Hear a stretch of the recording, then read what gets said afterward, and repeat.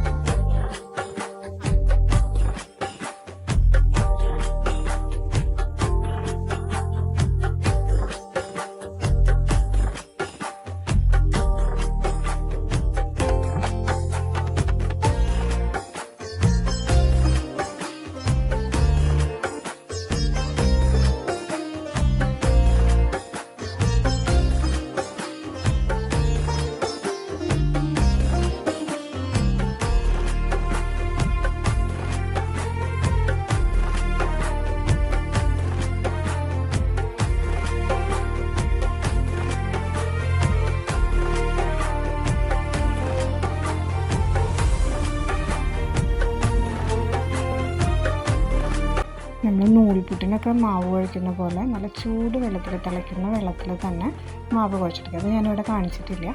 മാവ് കുഴച്ചെടുത്ത് പിന്നെ ആ മാവ് നമ്മൾ ഷേപ്പ് ചെയ്തെടുക്കുകയാണ് കോഴിക്കോട്ടയ്ക്ക് വേണ്ടിയിട്ട്.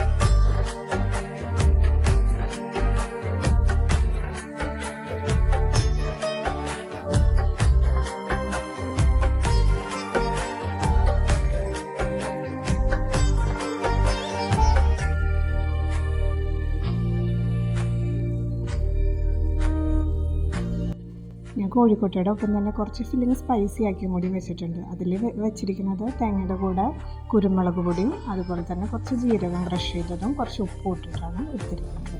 അതിങ്ങനെ കക്ക ഷേപ്പിൽ ഇതുപോലെ വെച്ചിട്ടുണ്ട്.